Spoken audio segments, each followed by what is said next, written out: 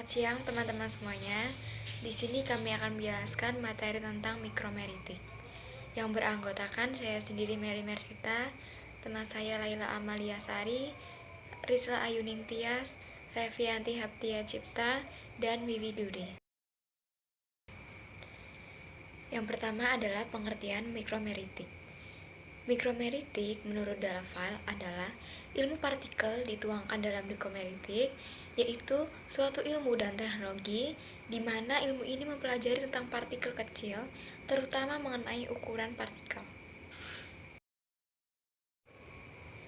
Yang kedua adalah sifat penting dalam suatu pengumpulan partikel atau polydisperse, yaitu menurut Martin. Yang pertama, bentuk dan luas permukaan partikel. Jadi, sifat yang pertama ini adalah sifat dari bentuk dan luas permukaan partikel itu sendiri. Yang kedua, kisaran ukuran dan banyaknya berat partikel yang ada karena luas permukaan total.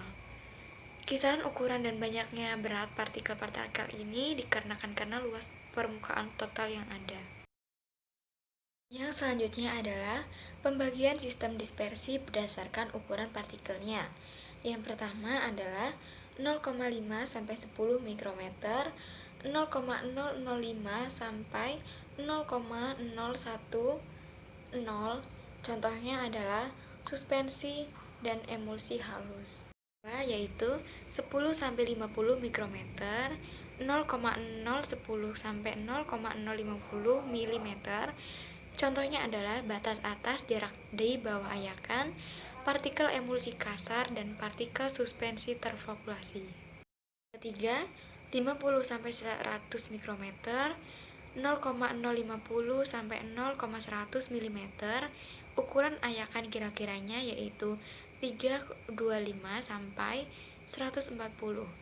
Contohnya adalah batas bawah ayakan dan jarak serbuk halus. Selanjutnya yaitu 150 sampai 1000 mikrometer dan 0,150 sampai 1,000 mm. Ukuran ayakan kira-kiranya adalah 100 sampai 18. Contohnya yaitu jarak serbuk kasar. Ukuran yang terakhir adalah 1000 sampai 3360 mikrometer, 1,000 sampai 3,360 mm.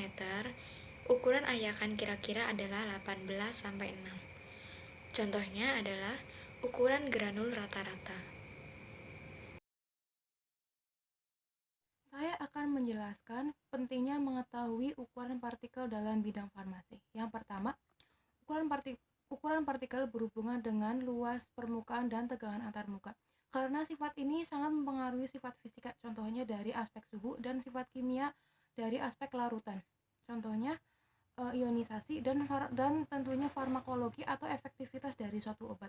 Yang kedua, ukuran partikel mempengaruhi pelepasannya berdasarkan bentuk-bentuknya. Contohnya secara oral, topikal, dan parenteral dan rektal. Yang ketiga, itu ukuran partikel mempengaruhi kekompakan tablet, kestabilan emulsi, dan suspensi.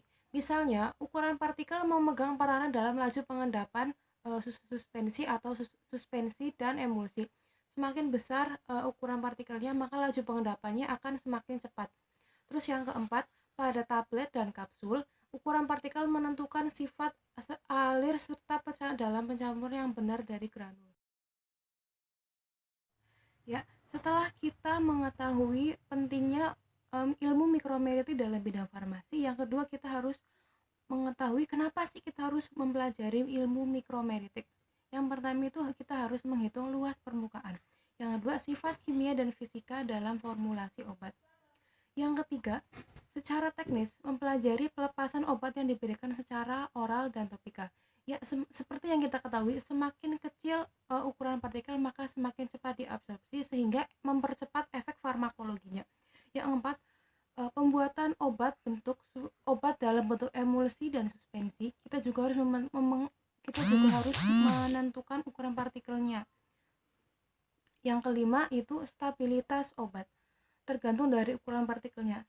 Kalau misalnya untuk sediaan-sediaan tertentu yaitu emulsi dan suspensi, kita harus memastikan untuk ukuran partikelnya. Semakin ukuran partikelnya semakin kecil, maka stabilitasnya maka akan semakin bagus. Metode-metode yang digunakan untuk menentukan ukuran partikel menurut Martin. Yang pertama, pengayakan. Metode pengayakan adalah metode sederhana yang hanya menggunakan alat atau mesin yang berbentuk seperti ayakan dengan aturan kecepatan dan ukuran mesh tertentu yang telah dikalibrasi. Namun, metode ini hanya bisa digunakan untuk bahan-bahan dengan ukuran partikel minimal 44 mikrometer atau dengan ayakan ukuran 325. Di sini saya akan menjelaskan prinsip metode pengayakan. Prinsip metode ayakan ada 5. Yang pertama, sampel diayak melalui sebuah susunan ayakan menurut ukuran mesh yang disusun ke atas. Dan yang kedua, ayakan dengan nomor kecil memiliki lubang ayakan yang besar, berarti ukuran partikel yang melewatinya juga berukuran besar. Dan yang ketiga, bahan yang akan diayak diletakkan pada ayakan teratas dengan nomor mesh yang kecil. Dan yang keempat, partikel yang ukurannya lebih kecil dari lebar akan berjatuhan melewatinya. Dan yang terakhir, partikel yang tinggal pada ayakan oversize membentuk bahan yang kasar. Pada slide tersebut ada gambar yang menggambarkan alat ayakan. Bisa dilihat ya teman-teman. Dan yang gambar yang kedua bisa dilihat itu ada gambar penyusunan nomor ayakan dari mesh yang paling rendah ke mesh yang paling tinggi. Bisa dilihat ya. Pada slide selanjutnya ada faktor-faktor yang mempengaruhi proses pengayakan. Di antaranya ada 3. Yang pertama, waktu atau lama pengayakan. Biasanya pengayakan dilakukan selama 5 menit.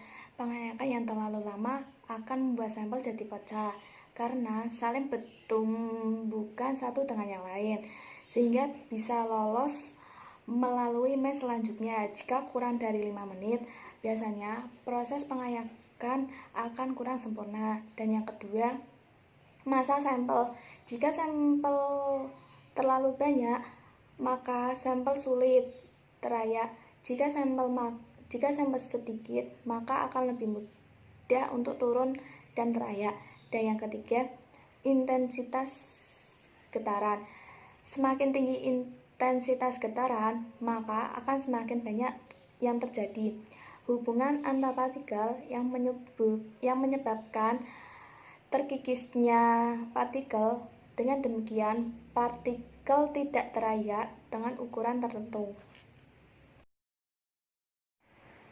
Keuntungan dari metode pengayakan antara lain, yang pertama, sederhana, praktis, mudah, dan cepat untuk dilakukan praktikum. Yang kedua, tidak membutuhkan keahlian tertentu dalam melakukan metodenya. Seperti yang dijelaskan pada poin pertama, praktikum ini sederhana, praktis, dan mudah. Yang ketiga, dapat diketahui ukuran partikel dari kecil sampai besar. Yang keempat, lebih mudah diamati.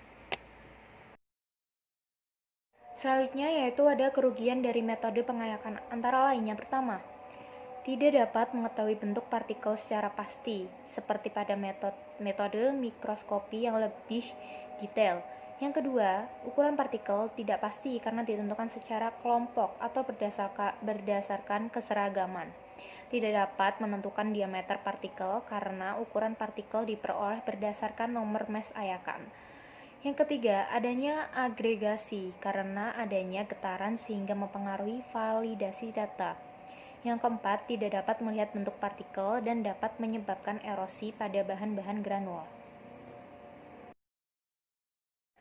Poin yang kedua yaitu sedimentasi atau kita biasa sebut dengan pengendapan, adalah suatu metode yang digunakan untuk mengukur diameter partikel berdasarkan prinsip ketergantungan laju sedimentasi partikel pada ukurannya.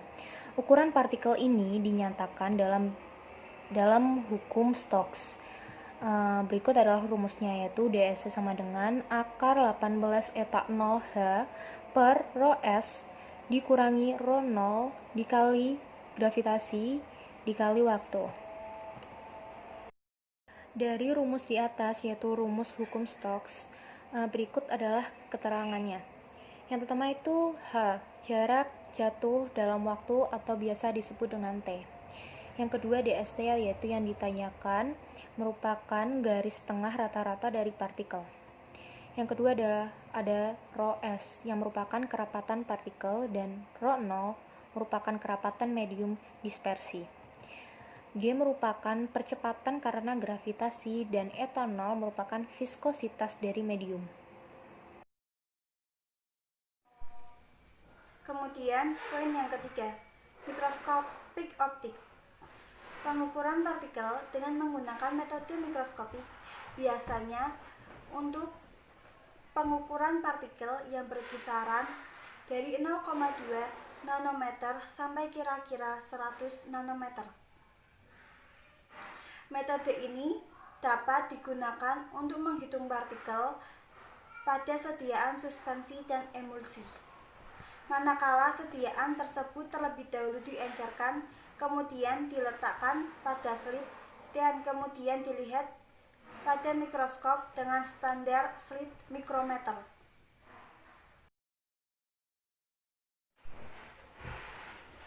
Adapun keuntungan dan kerugian dari metode mikroskopik.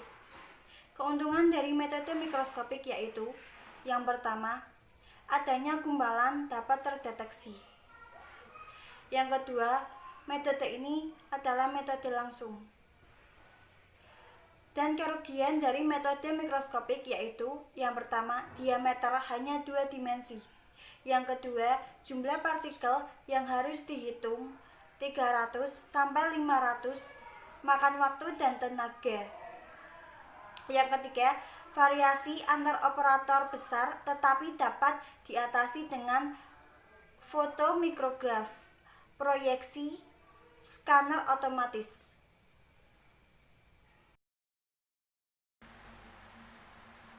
Jadi dari penjelasan di atas, maka dapat ditarik sebuah kesimpulan bahwa mikromeritik merupakan ilmu dan teknologi tentang ukuran partikel.